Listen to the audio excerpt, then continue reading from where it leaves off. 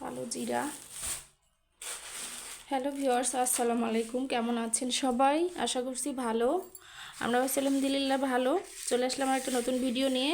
এটা হচ্ছে কালো জিরা। আমি বাসা থেকে মশলা কিনে নিয়ে এসেছি, তার সাথে একটু কালো জিরাও কিনে নিয়ে এসেছি। এগুলো আমি সব কিছু এখন ধুয়ে নিব। ধুয়ে তারপরে এটা রোদে শুকাইতে দিব। আমি প্রত্যেকটা মশলাই সব সময় ধুয়ে নেই, ধুয়ে নিয়ে তারপরে রোদে শুকাতে দেই।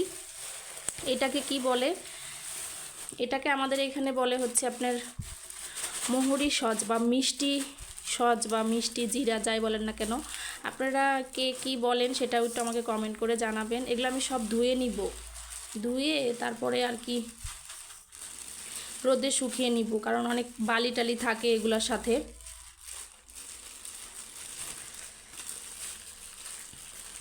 এই যে ভিডিওটা কে কোথা থেকে দেখেছেন কমেন্ট করে জানাবেন, এবং আমার ভিডিওটি ভালো লাগে থাকলে লাইক কমেন্ট শেয়ার করে দিবেন। ফেসবুক পেজ থেকে দেখলে ফেসবুক পেজটি ফলো করে দিবেন, এবং ইউটিউব থেকে দেখলে আমার চ্যানেলটি সাবস্ক্রাইব করে দিবেন। তারপরে আরও আছে এখানে, এই যে এটা হচ্ছে আপনার কি বলে, এটাকে ধনিয়া বলে, গোটা সজ বলে আমাদের সিরাজগঞ্জে। তারপরে আছে এখানে রাঁধুনি সজ মাছের মশলা এটা। তো আমি আজকে তিন ধরনের জিনিস ধুয়ে নিব তারপরে, কারণ রোদ কম। তারপরে এই যে এটাকে বলে হচ্ছে লবঙ্গ আছে, এখানে গোলমরিচ আছে, সব কিছুই আস্তে আস্তে ধুয়ে নিব। আমি আজকে শুধু তিনটা ধুয়ে নিব, তিনটা ধুয়ে শুকাইতে দিব। তো চলুন আমি ধুয়ে শুকাইতে দিই, আপনাদের সাথে শেয়ার করব আমি কি ধুয়ে কিভাবে এটা ছাঁকনি দিয়ে পানি ছেঁকে তারপরে আমি এটা ছাদে শুকাইতে দিব। পানি দিয়ে ধুয়ে নিব, কারণ এটার সাথে বালি থাকে, ধুয়ে নিলে রান্না করার সময় অত ঝামেলা থাকে না। আমি সব ধরনের গরম মশলাগুলো ধুয়ে এইভাবে শুকাইতে দিই।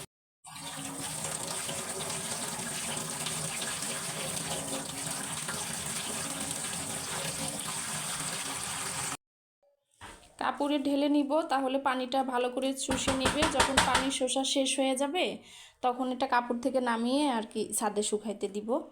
আমার চ্যানেলটি যারা এখনও সাবস্ক্রাইব করেন নাই তারা সাবস্ক্রাইব করে দিয়েন, যারা সাবস্ক্রাইব করে দিয়েছেন তাদেরকে অসংখ্য ধন্যবাদ।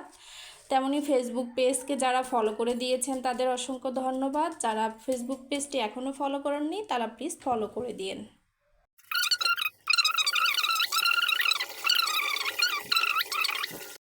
এই যে আমি ছাদে নিয়ে চলে এসেছি, আস্তে আস্তে সব মশলা শুকিয়ে দিব। এটা ঘন ঘন করে নেড়ে দিব মাঝে মাঝে এসে। তারপরে এটা শুকানো হয়ে গেলে ওটাতে দীর্ঘ দিন আপনার 1 বছর 2 বছর পর্যন্ত, বেশি পরিমাণে শুকালে 1 বছর 2 বছর পর্যন্ত এটা আর কি সংরক্ষণ করা যায়।